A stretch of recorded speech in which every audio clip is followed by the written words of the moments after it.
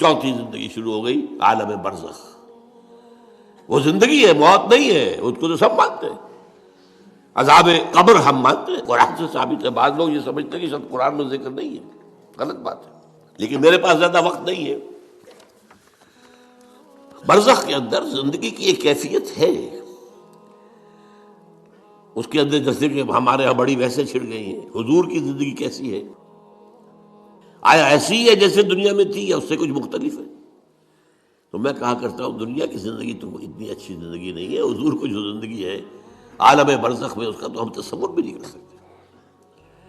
اس عالم برزخ میں کہا گیا شہداء کو وَلَا تَقُولُوا لِمَن يُقْتَلُ فِي سَبِيلِ اللَّهِ أَمْوَاتٌ بَلْ أَحْيَاءٌ وَلَٰكِن لَا تَشْعُرُونَ۔ اللہ کی راہ میں شہید ہو جانے والوں کو اموات مت کہو، مردہ مت کہو، زندہ ہے، تمہیں اس کا شعور نہیں۔ ہمیں شہداء کی زندگی کا شعور نہیں، پھر صدیقین اوپر ہے، پھر انبیاء ان کے اوپر ہے، پھر رسول ان کے اوپر ہے، سب سے اوپر سید المرسلین ہے۔ کیا زندگی ہوگی، ہم کیا تصور کر سکتے ہیں؟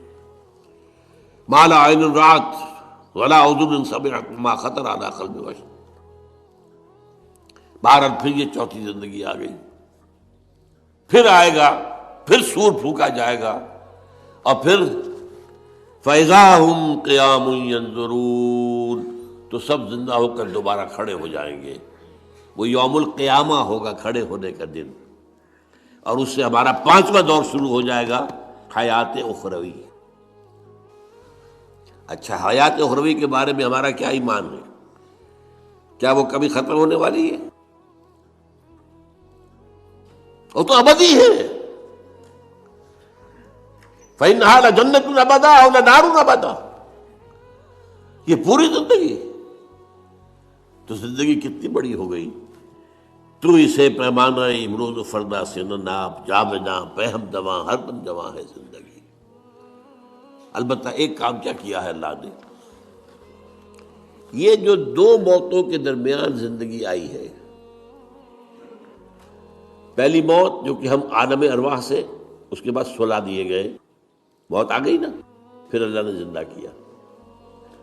پھر جو ہماری موت آنے والی ہے، میری اور آپ کی، ان دو موتوں کے درمیان ایک زندگی کا حصہ کٹ گیا اس میں سے۔ یہ لمبا پروسیس، وہاں سے وہاں تک، مبدأ و معاد، انا للہ و انا الیہ راجعون، اس میں یہ چھوٹا سا ہماری زندگی میں سے حصہ کاٹ کر اس سے ایک امتحانی وقفہ بنایا گیا۔ خلق الموت والحیات لیبلوکم ایکم احسن عملا، اس نے زندگی اور موتیں تخلیق کی ہیں تاکہ تمہیں آزمائے کہ کون ہے تم میں سے اچھے عمل کرنے والے۔ یہ امتحانی، اس کو بھی اقبال نے خوب کہا ہے، ملزم ہستی سے تو ابرا ہے مانند حباب، اس زیاں خانے میں تیرا امتحان ہے زندگی۔ اب امتحان 3 گھنٹے کا بھی ہوتا ہے تو وہ 30 سال کا بھی ہو سکتا ہے، یہ تو ایک کوانٹیٹیو ایلیمنٹ ہوا، امتحان امتحان ہے، ٹیسٹنگ از ٹیسٹنگ۔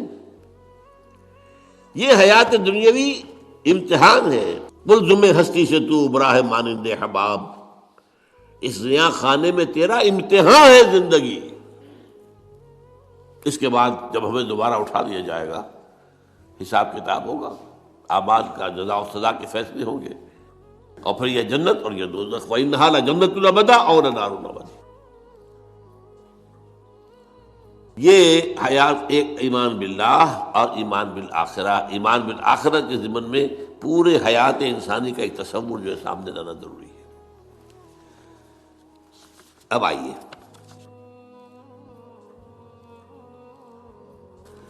میں نے کہا تھا تخلیق کے بارے میں کچھ باتیں آپ کو بتاؤں گا۔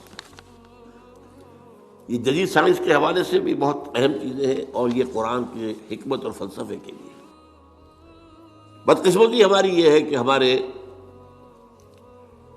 جو فلسفی مسلمان ہوئے، ابن سینا ہو، فارابی ہو، کندی ہو، جو متکلمین ہوئے جنہوں نے عقل سے کام لے کر قرآن کی تفسیریں کی ہیں، امام راضی ان میں بہت بڑے مقام پر ہیں، اور ہیں بہت ہیں، کچھ صوفی مزاج صوفی ہے، فلسفی ہے، ان سب نے اپنی زیادہ تر گفتگو کا دار و مدار یونانی حکماء اور فلاسفہ کی بات پر رکھی ہے۔ سقراط اس کا شاگرد، افلاطون اس کا شاگرد، ارسطو۔ ہمارے متکلمین، ہمارے فلاسفہ سب ارسطو کے شاگرد۔ ہمارے صوفیہ اکثر و بیشتر افلاطون اور پروٹائنس، فلاطینوس ان کے شاگرد۔ لہذا مولانا روم نے بڑا شکوے کے انداز میں کہا تھا، چند خوانی حکمت یونانیہ، تم کب تک یونانیوں کی حکمت پڑھتے رہو گے، یونانیوں کا فلسفہ پڑھتے رہو گے، یونانیوں کی میٹا فزکس، یونانیوں کی منطق؟ چند خوانی حکمت یونانیہ، حکمت قرآنیہ راہم میں خاں۔ کبھی ذرا قرآن مجید میں جو حکمت دی گئی ہے، جو فلسفہ دیا گیا ہے، جو حقائق بیان کیے گئے، کبھی ان پر توجہ کرو۔ اللہ تعالیٰ توفیق دے۔ میری دلی آرزو ہوگی کہ آپ میں سے جو ذہین لوگ ہیں، ظاہر بات ہے کہ یہ میدان ہر شخص کا نہیں ہے۔ حضور صلی اللہ علیہ وسلم کا جو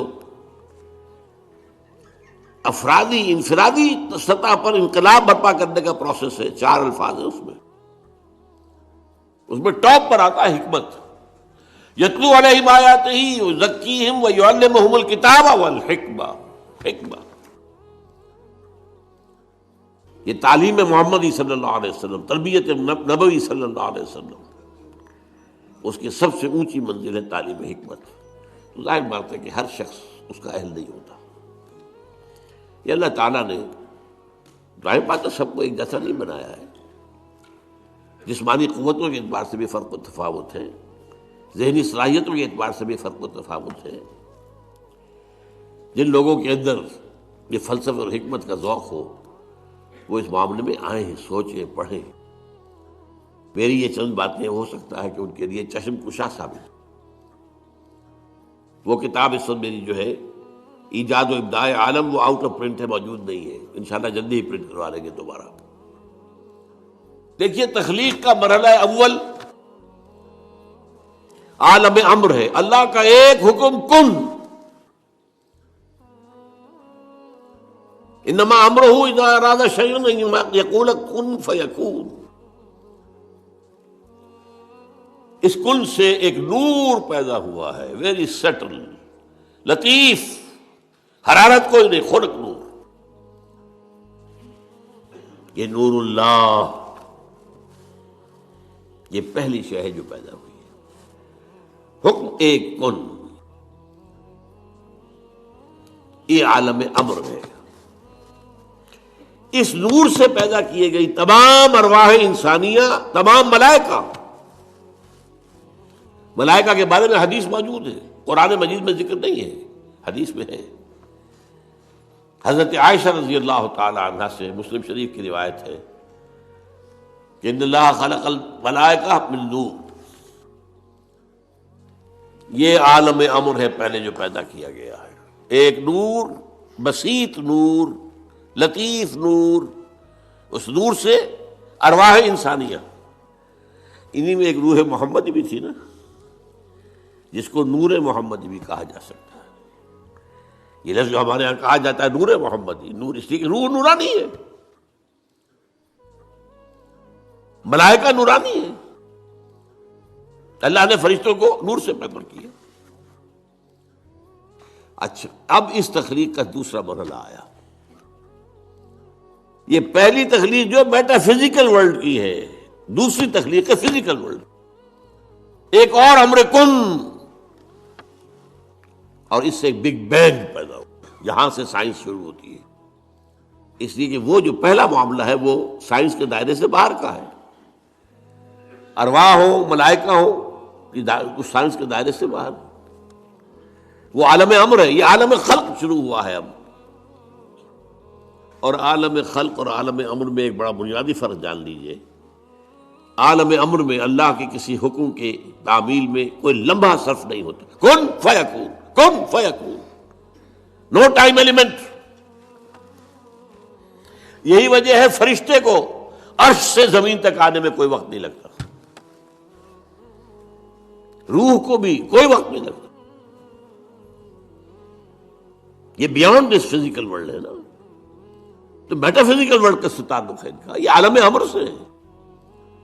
امر میں وقت نہیں لگے گا قطعاً، خلق میں وقت لگے گا لازماً. آم کی گٹھلی ہے، آم کا پودا بننے میں 5-6 سال لگ جائیں گے. رحم مادر میں حمل ٹھہر گیا ہے، بچے کے پورے بننے میں 9 مہینے لگیں گے، ٹائم لگے گا. اٹس خلق. قرآن کہتا ہے ہم نے آسمان زمین 6 دن میں پیدا کیے، ٹائم لگا کہ نہیں لگا؟ تو یہ امر ہے وہ پہلا، جس میں کہ کیا ہے 3 چیزیں ہیں.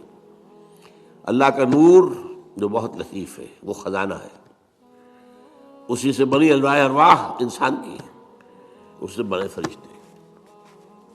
اور چوتھی چیز نوٹ کیجئے، وہی بھی عالم امر سے متعلق ہے، اس لیے کہ وہ ایک کمیونیکیشن ہے بٹوین روح انسانی یا روح نبوی اور الروح القدس.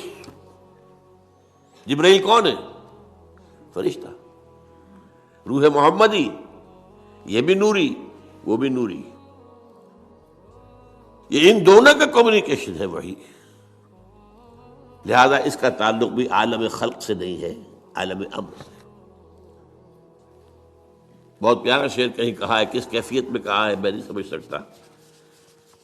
نغمہ وہی ہے نغمہ کہ جس کو روح سنے اور روح سنائے.